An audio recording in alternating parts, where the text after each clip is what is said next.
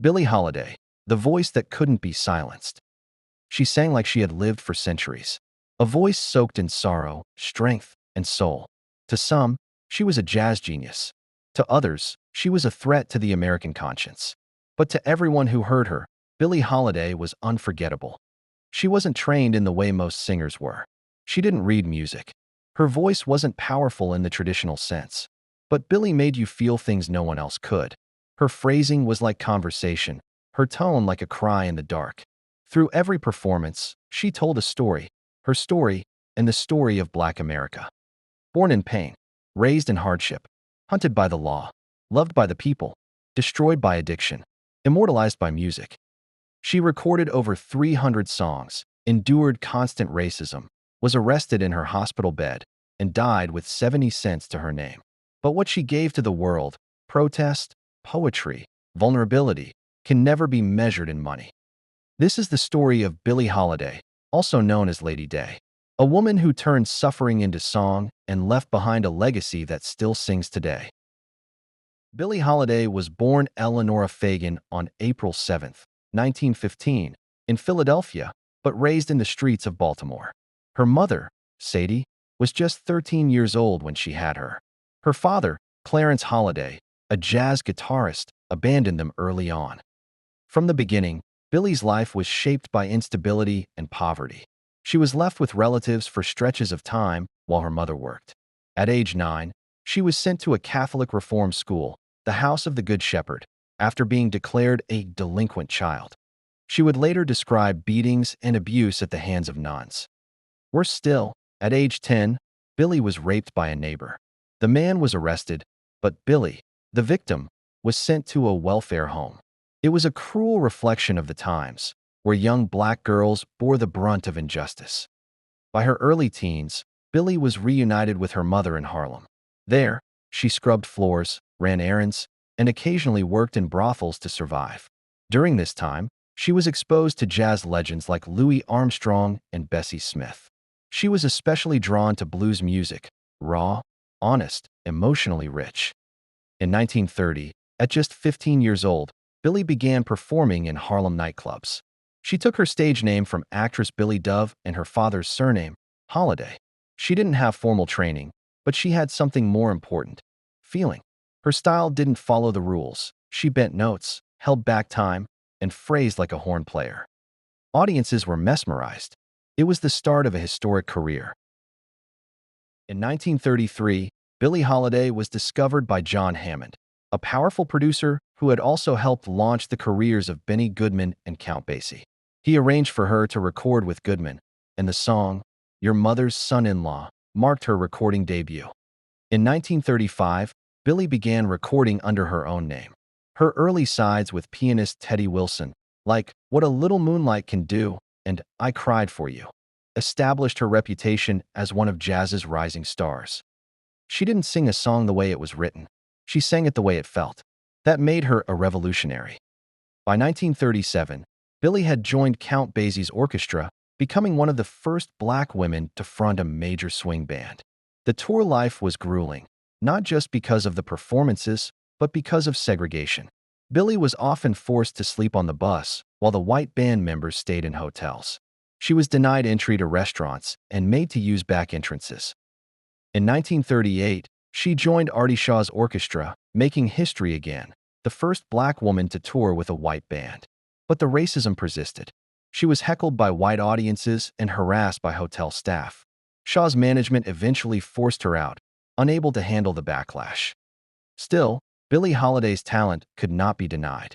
Her performances at Cafe Society in Greenwich Village, New York's first integrated nightclub, introduced her to a more progressive audience.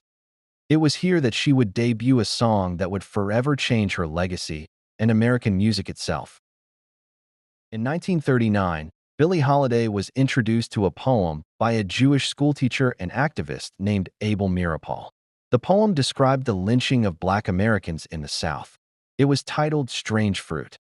The lyrics were stark. Southern trees bear a strange fruit.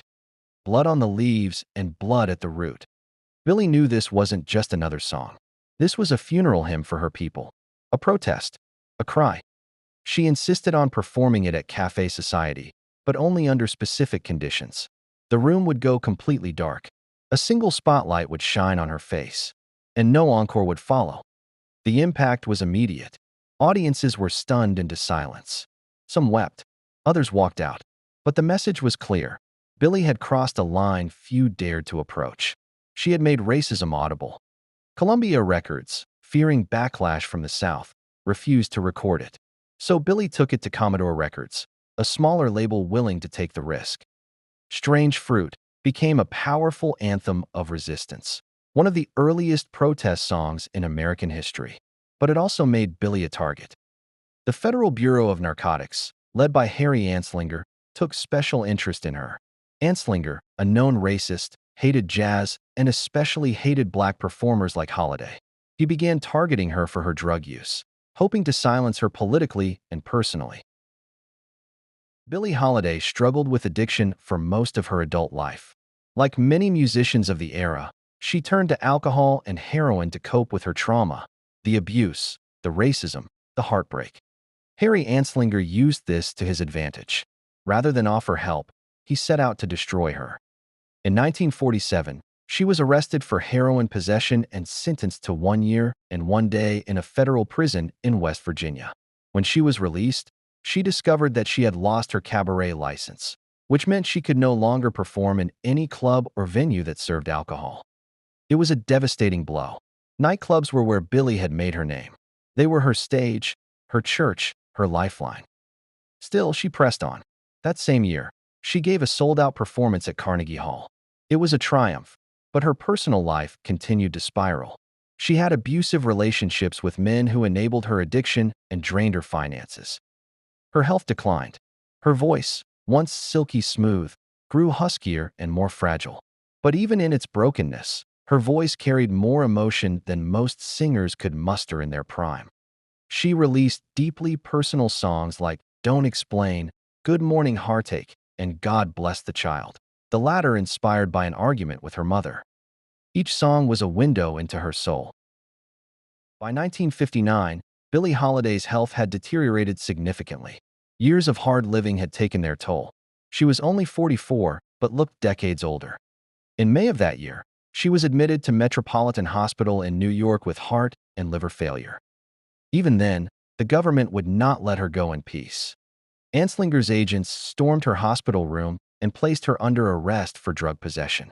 They confiscated her medication, isolated her from visitors, and even removed gifts and flowers from her bedside. She was handcuffed to her bed, alone, dying.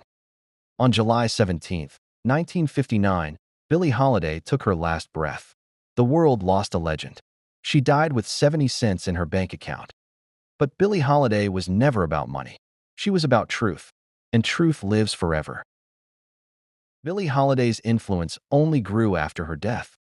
She was inducted into the Grammy Hall of Fame, honored with a Grammy Lifetime Achievement Award, and ranked among the greatest singers of all time by Rolling Stone, Time, and NPR. Artists like Nina Simone, Etta James, Lauryn Hill, Amy Winehouse, and Andra Day have all drawn from her legacy. Her life was dramatized in the 1972 film Lady Sings the Blues, with Diana Ross in the title role. More recently, Andra Day portrayed her in the United States versus Billie Holiday, which revealed how the U.S. government criminalized her for singing Strange Fruit. But beyond the honors and movies, Billie's real legacy is in the music. In every haunting note, in every whispered phrase, in every song that dares to speak truth to power. She proved that a broken voice could sing louder than a perfect one, that a wounded soul could still soar, and that in a world that tried to silence her, the most revolutionary thing she could do was sing. Billie Holiday once said, "If I'm going to sing like someone else, then I don't need to sing at all." She never did. She sang like herself, painfully, beautifully, truthfully.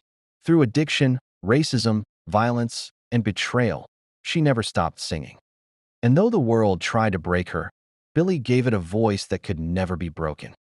Lady Day lives on, not just in the music, but in the fight for justice, in the courage to be vulnerable, and in the enduring power of a Black woman who sang her truth and changed the world.